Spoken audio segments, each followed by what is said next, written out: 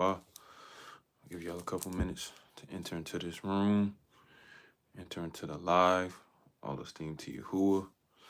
Today, it's not going to be a long word, but it definitely was in my ruach to address Hamashiach's words on self-defense, because the awakening, and not just people, but just people as a whole, they really misunderstand the king's words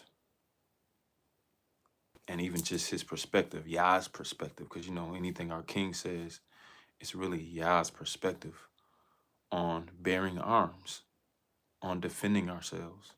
Yes, it is in the Basora.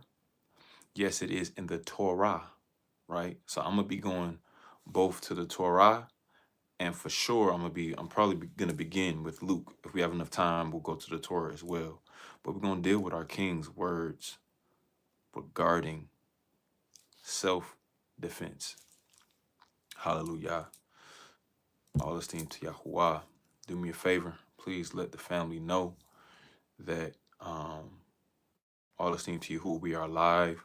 So tell whoever is available to join, subscribe, like, and share. For those of you all who do not know who I am, my name is El Hanuk, L-E-L Hanuk, C-H-A-N-O-K. I am a Moreh. In the Hebrew language, that means a teacher of the Torah. I teach the instructions of Yahuwah Elohim to the nation of Yashrael, our people. And I've been blessed with the opportunity to serve Abba Yahuwah full time. And my Isha alongside me, Ava Ezra Sarah, we have been doing this work for over 7 years, not just teaching the word of Abba Yahuwah, but we do prophetic music. As of lately, we have been doing a lot of content regarding marriage couples, podcasts. We've written books, and of course, my Isha, in addition to being an artist, is also a visionary and a creative video. I don't even want to just say director. She is a filmmaker, really. And so all esteem to Yahuwah for that. But yeah, man, like we deal with the word of Yahuwah. That is our primary job, and that is our primary mission and assignment in this earth realm. Hallelujah. And the name of the tribe and the clan Yahuwah, the family Yahuwah has blessed us with, is Reset the Frequency. That's the page that you are on right now. And as a matter of fact, if you can do me a favor, and that's for everybody watching, shalom for everybody. Shalom, shalom, shalom, everybody entering into the room. Do me a favor, right? I need y'all to do me a big favor before we even get into the word today, which shouldn't be long. My goal is to do this under an hour, right? I don't want to be too late on this live. It's a late Sunday Yom Risham evening. We got some things we got to do tomorrow, and yeah, we got bedtime soon. Hallelujah for the whole house. So this is not gonna be long. But before we go into it, I want everybody to do me a favor. If you have not already done so, I need you to subscribe to my personal YouTube channel, right? This is our ministry work that is dedicated and devoted to the service of the Most High Yahuwah, right? But I have a personal YouTube channel, and the name of that channel is L-E-L. It's my name, L-E-L Hanuk, C-H-A-N-O-K. And if you're looking at like the @ signs for YouTube channels, it will be El Hanuk, E-L-C-H-A-N-O-K 144. Do me a favor, subscribe to that page, to that channel, because Abba Yahuwah is leading me in a direction, really a direction that he's been leading me on, but I'm accelerating in the direction of developing men's content. Of course, we have the podcast. I did a video, I guess you could call it a target or a launch video, describing the type of man podcast. I did that a couple weeks ago. But I'm going to be doing those lessons on that page, El Hanuk 144. And on there, That is where we will be doing the type of man podcast. Told our rule for putting that in the room. For anybody that's watching, anybody that watches this video later, please subscribe to that channel. All esteem to Yahuwah, because on that channel we're going to be dealing with masculinity, the divine masculine, right? What masculinity is unto Yahuwah. Of course, we have the Type of Man podcast on there, but I'm also going to be dealing with and addressing self-defense, right? This video is a good launcher or a good reference point to what we're going to be dealing with on the El Hanuk 144 channel. But I'm going to be dealing with self-defense, right? Firearm training and safety, right? I'm also going to be dealing with karate, right? Trained self-defense techniques, right? I myself have been a student of martial arts for several years now, all esteem to Yahuwah. And so these are things that, I'm going to be talking about dealing with men on not only providing for your family, but protecting your family, right? Spiritually, physically, and emotionally, right? This is what the El Hanuk 144 page is going to be geared towards. Hallelujah. And of course, I'm gonna also have, my music on there. A lot of my music is already up on there. But for those of you all who already know, my music is here on the Reset the Frequency page, as well as my beautiful Isha. But I do have a page that's gonna be strictly, specifically for men, right? And for any woman who has a man that they are looking to get into the truth, and they're looking to point them into the direction of gleaming from the divine masculine, that is a channel. So again, I'm not going to just limit it to only men. Women can watch too, but it's really for you to point a man who needs direction and guidance in that area of being a gibberim, right? Being a warrior, of being a zakar, right? Not just a male, but one who remembers and acts upon the promises of Abba Yahuwah. That is what this page, El Hanuk 144, or my El Hanuk YouTube channel, is geared towards. Hallelujah. Go ahead and do me a favor and put a 7 in the room if you heard that message loud and clear, whether you already subscribed last week, or whether you just hearing for the first time about the page. Put a 7 in the room if that message is loud and clear and you understand what we're going to be dealing with on that page. Put a 7 in the room, which in the Hebrew understanding stands for completion, hallelujah, rest, perfection, all that good stuff. 7 in the room. Hallelujah.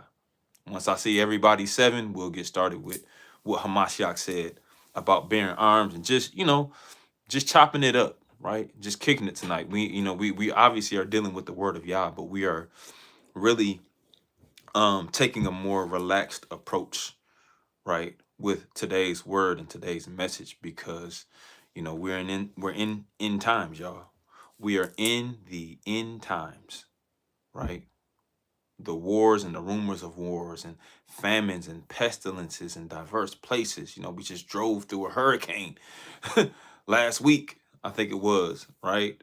Down south when we were, out of town. So saying all this to say, like, we're in those times. We clearly see the Mahershala al-Hashbaz in this nation, with the conservative side versus the liberal side, and not getting into that whole political jargon.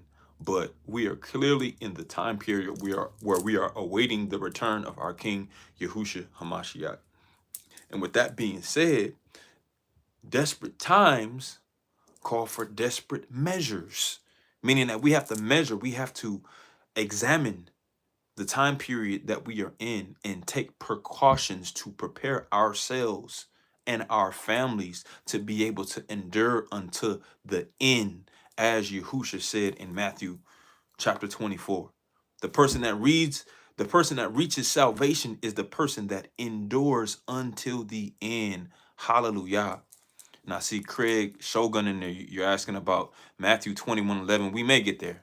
50-50. I'm going to start in Luke first. I'm going to start in Luke 22 first. But if we do have time, I will hit Matthew 21:11, because it is technically relevant in dealing with what the topic that Abba Yahuwah gave me today. So Toda for putting that in the room. And anybody else who has any questions, if there's time, I will definitely be able to address them. All esteem to Yahuwah. So, all esteem to Yahuwah. All right, I don't know about that next part. I'm gonna give a ream. I'm on here doing this to the esteem of Yahuwah. So you can definitely check yourself with the disrespectful rhetoric, because I'm on here in the power and the esteem and the submission of Abba Yahuwah. So again, that's we're gonna be dealing with a lot of that type of talk on the El Hanuk page, but this page again is strictly for the word of Yah. So look, with that being said, all esteem to Yahuwah. I'm definitely excited to bring forth this word, because this is a subject and a topic that I am very, very, very passionate about. And it's the idea of what our king said about self-defense, right?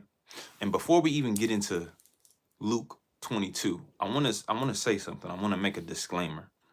This disclaimer is for anybody who doesn't know what a disclaimer is. It's basically a warning of the sensitive information that I'm going to cover, right?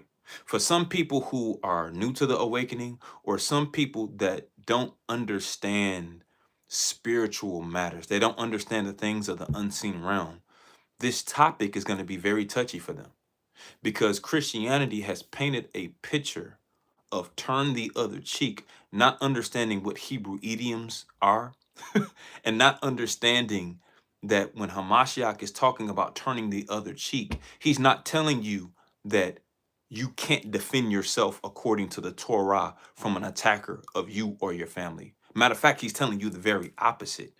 The turn the other cheek understanding really is rooted in a Hebrew idiom, which deals with the idea of how you are supposed to deal with your brother in an argument or in a dispute, not necessarily a physical attack, which I don't have time to deal with that deeply today. Like I said, today I'm dealing basically with self-defense, but I want to put this disclaimer out that most people's perspective or understanding of self-defense as it relates to the Bible or the Torah, the words of our King Yahusha Hamashiach, and of course the words of Yahuwah, which is one and the same, most people are wrong. Most people have no idea about what the script says about self-defense. A lot of people think that you can just be pushovers, and that Hamashiach was a pushover, when they don't understand that in John chapter 2, he actually had a scourge and a whip. And he literally whipped people in the temple who were defiling Yah's Shabbat. So I'm just giving you a vivid picture of the disclaimer of what we're going to be dealing about. For a lot of people, it's the first time you've ever heard the scripts explain in a vernacular or in a way that allows you to see that our king was not a pushover, right? Our king, our king was a Gibberim. Yahuwah is a Gibberim, which by default means our king Yahusha Hamashiach is a champion. That means that not only at his return, but even when he walked this earth, he was not a pushover. He just embodied compassion. And he knew when his time would be to use the physical sword and when it would not be. But he gave specific instructions to his disciples. And that's what we're going to go over in Luke 22 first. Hallelujah. Regarding self-defense, regarding bearing swords, which the modern day sword is a literal gun. And I know people want to act super spiritual and as if, guns are so off limit.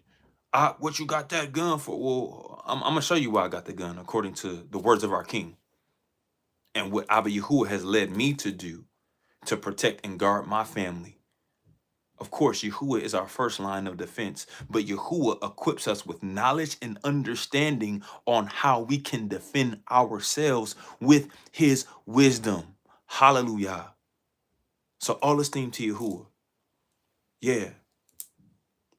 Guns are the modern day version of the swords that our ancestors carried during Hamashiach's time, going all the way back to the time period of Moses, really going back all the way to the time period of Abraham. And before his time period, our ancestors always were trained warriors who had a deep skill, and understanding of how to protect their family.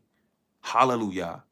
Place a 12 in the room if that makes sense. What I just said to you, if you know that makes sense, that everything that I just said regarding the guns being the modern day sword, and our ancestors, the ancestors going all the way back to Abraham, Isaac, and Jacob, from the nation of Israel, all of our ancestors always were trained and skilled in swordsmanship and defending and protecting their family. Put a 12 in the room. Then we'll read Luke 22. Hallelujah. Hallelujah. I ain't gonna be here all day, family. All esteem to you who can protect the family. Facts. That's what the Hebrew letter Aleph goes back to. It's the idea of the strength of the house. He protects his family. So nah, we not like these weak-minded Hebrews that have been programmed by the white man to quote unquote turn the other cheek, and they don't know what that means. Nah, we ain't dealing with that over here. Go to Luke chapter 22. Hallelujah. I gotta deal with this, man. Because like I said, people in the awakening, they got it twisted, man. You not know Yahuwah didn't call us to be weak, he called us to be strong. Be strong in the power of his might. Hallelujah. And that's not me saying that a gun makes you powerful, but what I'm saying is that the word of Yah and following the instructions of Yah make you powerful enough to be able to defend and protect your own family. Yah gives you that power as an El underneath the Most High, El Elyon. Hallelujah. So Luke 22, I'm on I'm only gonna hit, yeah, we only gonna go one place, right? We sticking to the game plan. One place today. Luke chapter 22. Hallelujah. And I'm gonna start at verse 36. Right? Now, to give you a little bit of context regarding what's going on in Luke chapter 22, this is literally the Last Supper. It's literally the context of Hamashiach having it's really the Passover dinner that he's having with his disciples, right? And they go through the whole thing of Judas Iscariot, being the one to betray him, and all of them, is it me? Is it me? That whole thing. That's what's going on in this chapter, right? And he talks about the renewed covenant and ultimately the fact that he is going to have to die and all of that. But I don't want to spend too much time on that. I'm going to start at verse 36, where he gives a specific instruction, right, to his disciples, right? So I'm going to start at verse 36, where he says, matter of fact, no, I'm going to start at verse 31 to give you a little more context. So it says, and Adonai, Hamashiach, said, Simeon, behold, Satan has desired to have you, that he may sift you as wheat. But I have prayed for you, that your faith fail not. And when you are turned back, strengthen your brethren. So basically, he's warning Simeon that, hey, Satan he's trying to get in your mind. He's trying to possess you. He's trying to turn you away from your faith. Don't do it. Be strong, right? Verse 33. And he said unto him, and this is what Simeon says unto Hamashiach, Adonai, master, I am ready to go with you both into prison and into death. Woo! That's some dedication there. That's some loyalty there. Hallelujah. Because he knew what it was. He knew Hamashiach was Hamashiach. He knew that Yahusha was the Messiah. He knew that this was Yah all day, and that this was everything Hamashiach was saying and was doing was of the Father. So he was all in. This is what he's telling Hamashiach, I'm all in, right? Then he says in verse 34, and he said, I tell you, Kepha, the cock shall not crow this day. So now he's talking to Kepha, right? Simon Peter, really his Hebrew name is Kepha, right? The cock or the rooster shall not crow this day before you shall thrice deny that you know me. So he's basically prophesying, and he's telling Kepha, look, you're going to deny me 3 times, right? And again, Simeon is another word or name for Kepha. This is the same person what we're talking. These are not two totally different. It's the same person, right? Simon Kepha, right? So look, and he says, Verse 34. And he said, I tell you, Kepha, the the cock or the rooster shall not crow this day before you shall thrice deny that you know me. And he said unto him, when I sent you without purse, remember that, right? When I sent you without purse, remember that he says that there. And script, remember that he says that too.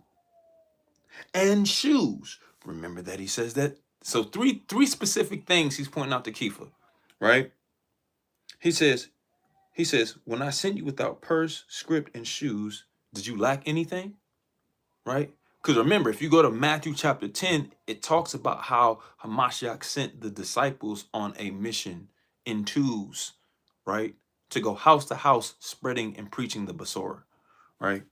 So I'm not gonna go deep into that, but he's recounting, he's telling Kepha, Simeon Kepha, to recount a time period that he ever lacked from following an instruction of Yahusha.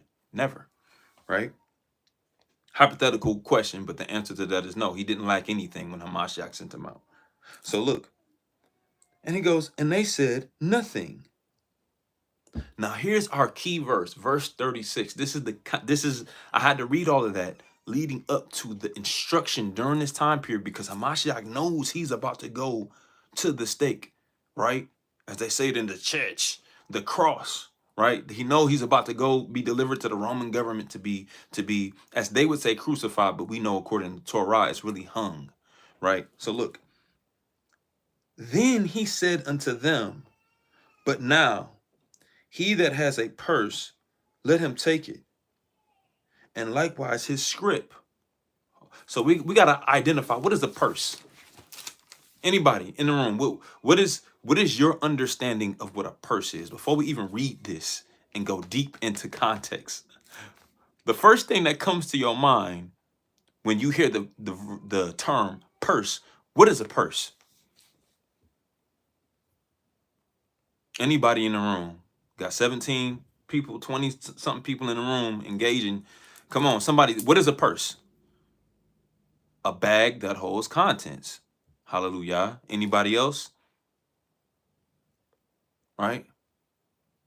More specific. There we go. Wallet, money, money bag. There we go. Right? Where women hold money. There we go. A bag where that's it. Hallelujah. Got the answer. A bag that holds money. So pause. When he says, he that has a purse, let him take it. He's saying, look, you need to have some money. You need to have money on you in these times that we're in. You need to have money, right? Don't get distracted by the comments like Matthew, not Matthew, Luke 22. That's where we are. We're not dealing with the distractions. So look, a purse, again, now it's a term that, mainly describe women, but during that time period, a purse didn't just apply to women. It applied, shalom, Mike. Shalom, everybody entering into the room. It applied to anyone who was walking on a journey or who was out and about. A purse at that time period was a bag that contained a contents of money, valuables, right? Currency, right? So look, we're going to read it in its context again. Then he said unto them, but now he that has a purse, that means a bag with some money in it, let him take it. And likewise his script. Y'all should know what the script is. Y'all know what the script is. Come on now. Y'all know what the script. You should already. I shouldn't even have to teach nobody what the script is. These were the important valuables that Hamashiach said his followers needed to have during this time period. Oh, but we ain't done with the list yet, though. Hold on. Let's keep going. He says, let him take it, and likewise his script. And watch this. And he that has no sword, let him sell his garment and do what? Put it in the chat. He's saying the person that, all right, qualifications. You already need to have a purse, meaning that you need to have a bag with some money. Man, you need to have some money. 2, You need to have your script. And 3, if you are a person who has no sword, according to Hamashiach's words, what do you need to do? You need to sell what and buy one? Take your garment, sell it, and do what? Buy one. These are the words of our king. These are the words of our king. Right? These are the words of our king. Now, why would, if remember, because people always think, oh, little old baby Jesus, turn the other cheek, which first of all, his name is not Jesus, it's Yahusha.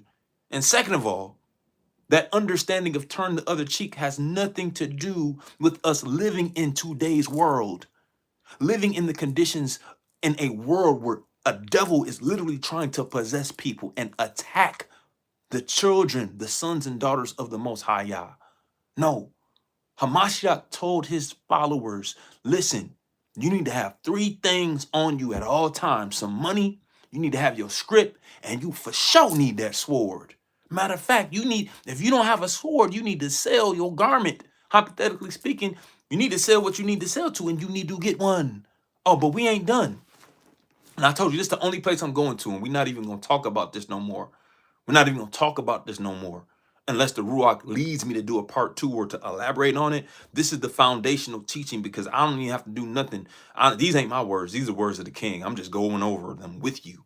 But look at this. He says, for I say unto you that this that is written, must ye be accomplished in me. Right? And so really he's quoting from Isaiah. I'm going to have time to go deep into it, but he's quoting from Isaiah 53, where he's talking about how he's going to have to basically go where the transgressors are, right? The idea of him dying, right? Him giving up his life and having to go to Sheol to get the keys from Satan. But even in this physical realm, he would have to be in between 2 thieves, right? So they're going into a territory where people, they don't care about Torah. They're not really tripping about the things of the Ruach, right? Follow me, y'all. I'm going somewhere with this, right? Then he says, for the things concerning me have an end, right? Verse 38. And they said, these are the disciples, the followers of Yahusha HaMashiach, right? And they said, Adonai, behold, here are how many swords? How many swords did they bring to Hamashiach after he told them, hey, if you don't have a sword, you need to sell your garment and go buy one? How many? Put it in the room, family. How many? 2? 2 swords. 2 swords. And then it says, he said unto them, it is enough. Now, I'm not going to go no deeper today in the word of Yah. I've given you the foundational teaching regarding the words of our king as it relates to self-defense. If you need me to elaborate more into exegete or eisegete or any of these hermeneutical terms that these Christian preachers use to really mislead the people of Yah, if you need me to go deeper into that, you do not have the Ruach HaKodesh, and you do not understand what our king clearly told his followers, was that in these times, yes, you need to be prepared to defend yourself with the sword. As I elaborated earlier, all of our ancestors, going all the way back to Abraham, were skilled and trained in. Hallelujah. You know, it was a real saying when they said King Shaul killed his thousands, but King David his 10,000s. It's because these men were skilled warriors. Our nation is a nation of skilled, trained warriors, right? Now, let me take these off, get personal with y'all. How does this relate to today, right? Hamashiach telling us, hey, we need to, you need to have some money on you. You need to have your script. You need to have your sword, because these are the things that Hamashiach knew And these perilous times would be the things that would ultimately allow us to keep our minds focused on the Torah without having to worry about the things and the affairs of this life. Right? Now, with that being said, let's talk about the sword today, guns, right? Number one, anyone that tells you that you're not trusting on Yahuwah as your defense because you have a gun, that person is ignorant. You're dealing with an ignorant, cowardice, coward, a person that has no spiritual understanding of the unseen realm, let alone the seen realm.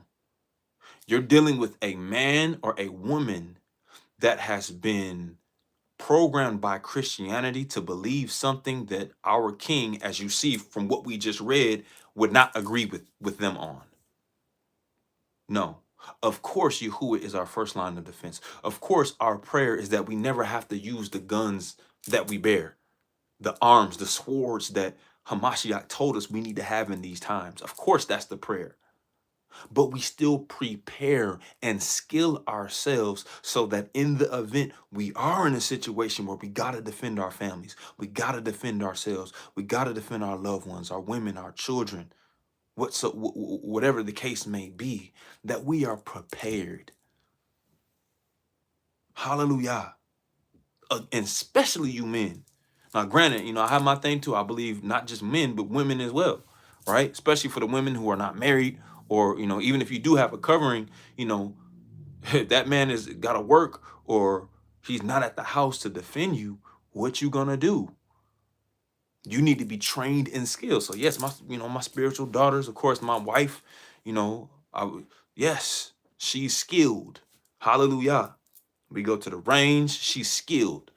My daughters are, they learning. They ain't quite there yet with it, but they getting there. Hallelujah. They gonna get there. Because in order to, yes, it is legal, but let's just be real. In this time period, you have to be responsible. And this is something, that I definitely been meditating on. And, I'm a huge advocate for guns, but you got to understand, since I was 21, I'm going on 39. Since I was 21, I've had my valid, certified pistol license, or my CCW, like they say. I've had a license to carry a firearm for almost 20 years, right? I learned how to shoot a shotgun when I was 8 years old. My father's from Mississippi. He's from the South. And at 8 years old, he showed me where the shotgun was and he trained me on how to shoot it. And when I became of age, I learned how to shoot handguns. So I'm saying all this to say it wasn't with evil, malicious, or ill intent. I've never had to shoot anybody and praise Yahuwah. I've never had to use my firearm or even pull my firearm out on anybody. But I've been skilled basically my entire life. So what that means is that I have developed a maturity in the safety and the guarding and the concealing of my firearms that for one doesn't put me in danger or the people around me in danger. And it's like you have to have this type of understanding if that is what you're going to do. According to the words of our King, that's what you have to do, right? Now that's very unfortunate that that guns are not legal in the UK. But I'm definitely gonna pray that Yahuwah, you know, moves and gives insight on various things, because you got to understand a gun is not the only line of defense, right? You can still get actual swords, right? Machetes, right? Combat knives. You can even get things like crossbows or bows and arrows to also defend yourself. So in a situation like that, I see Nicole Zion put in a room that they're not legal in the UK. For someone like you, I would recommend and suggest looking into literal swords, right? Combat knives, looking at the legality and the legal parameters of what's legal to carry as far as knives are concerned, as well as crossbows and bows and arrows. Now, yes, those are more ancient weapons, right? They're not as sophisticated and technologically up to date as guns are, but they still are a means of physical protection. And before you do any of that, this is my next point that I want to deal with, right? You got to learn physical self-defense, right? You have to learn, I personally, I train in Ishinryu karate as well as boxing, right? Boxing I've done for a much longer time. Ishinryu, I started, I'd say within the past 4 years, I've started training and I'm very consistent. And, my sensei, shout out Grandmaster Adams, right? He's a 10th degree black belt, one of the only black 10th degree black belts in that form of martial arts in the country. So I'm saying all this to say, you need to figure out a way, learn a skill, because there's different levels of self-defense.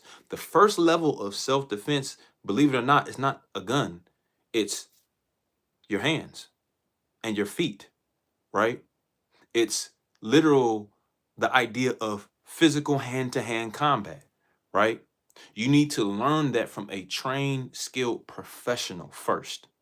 The next level after that would be weapons, but it wouldn't even be a gun. The next one would be like mace, right? I tell a lot of my spiritual daughters, you know what I'm saying? And I carry mace myself. But again, the first line of defense isn't, oh, let me just automatically just shoot somebody. No, there are a lot of other ways. And even before the physical hands, it's having a conversation. It's being able to communicate and speak. If you're able to do that. Now, some people, especially people who got the devil in them and they have a ruach of anger and, abuse and all that other stuff. Some people you can't talk to. But if you have the ability to talk to them, you need to talk to them first. Then it's the hands, right? After that, like I said, mace, right? Old-fashioned baseball bat. Hallelujah. Something that's going to keep the aggressor off of you. And then, like I said, the swords, the knives, crossbows, bow and arrow. And then the highest level of defense, physically we're talking here, would be a firearm. Hallelujah. And these are things that I'm gonna just be real with you. Like any person in a spiritual influence position that really cares about you, they're going to train you and educate you on these type of things. Any person who claims to be a pastor or a moray or a teacher that's not telling you to invest and seek Yahuwah and pray and put time and effort in skilling yourself in self-defense, that is not a leader. That is a coward, and that's a person that does not care about your well-being. No, according to Jeremiah 23, Yah said, I will give you shepherds that have my own heart, and they will lead you into safety, and you will not fear. Why? Because you're going to be equipped with skills to be able to defend and protect yourself according to the Ruach of Yahuwah. So, with that being said, nah, man, like yes, we are definitely investing in skilling our hands. What Dawood say? Teach my fingers to war, right? Hands to war, fingers to fight, right? That a bow may be broken, a bow of steel may be broken in my hands, because this is in our blood, right? But even before all of that, like I said, you gotta be seeking the Most High Yahuwah and praying for his protection, so that even though you are skilled and trained in it, you still don't have to do it. Hallelujah. And that's the prayer. That is the prayer. But if we got to, like our ancestors in the Maccabee, Yehuda Mac, we going to go up, and we're not going to be fearful in our going up because we are skilled. Do you all know that in the book of 2 Samuel, King Dawood literally had all of the men in Israel, specifically in the army, but really all the men in Israel, starting, really from like younger boys, like teenage, adolescent boys, he had them all skilled in the shooting of the bow and archery. It's a fact. Read 2 Samuel, I believe it's chapter 5, right? He had them skilled or it might be chapter 4, right? I'm quoting off the top of my head here, but I'm just telling you, like, these are things that Why? Because it's a part of the culture. It's a part of the responsibility of the man to guard and to protect the house. Hallelujah. And these are the things that I'm going to be dealing with in a lot more detail on the El Hanuk 144 YouTube page and channel, right? I'm gonna take y'all to the range with me, right? I might take y'all with me on various training sessions where I go to do karate, or maybe even when I'm in the the dojo boxing. I don't know. We'll see how the Ruach leads, right? Uh, but I'm definitely like that's gonna be the page where I'm going to be geared towards that. And I'm telling you, it's not against Torah. It's not against the matter of fact, it's in the word of Yah. It's an instruction of the Most High Yah through Yahusha Hamashiach. Go ahead and get you a sword. And if watch this, if you don't got a sword, you need to go ahead and sell your garment and get you one.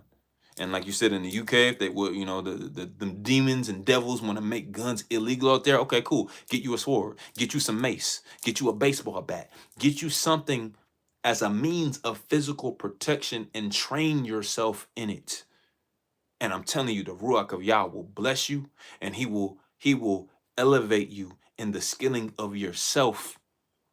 But like I said, even before that, you just want to pray that you never have to be in those type of situations.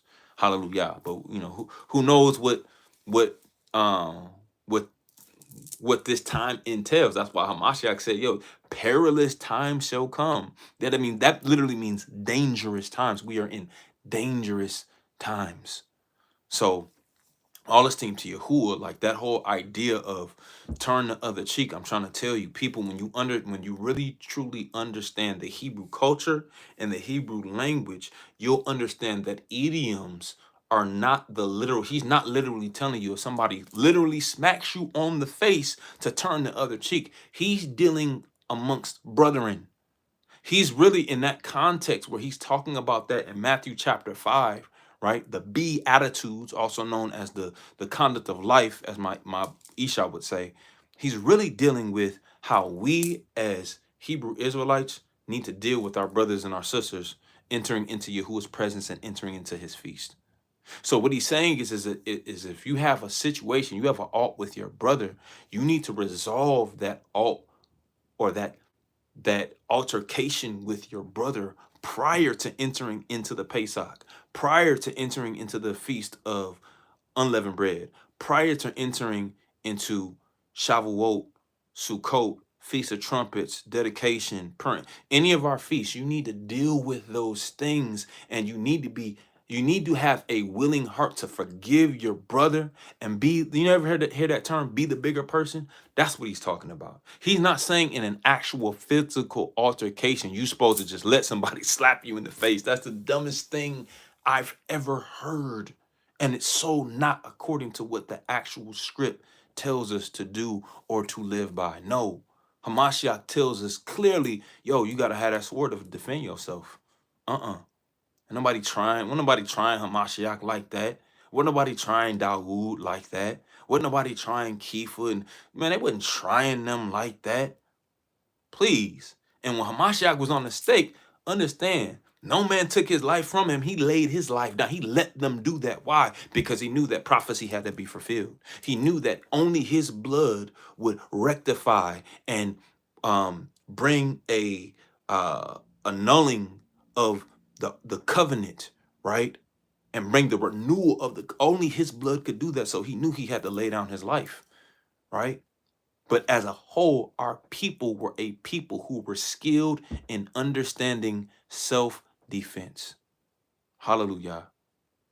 So that's really the depth what I really had to talk about today. I ain't gonna add or take away from the word. It's 8:22, right? All esteem to Yahuwah.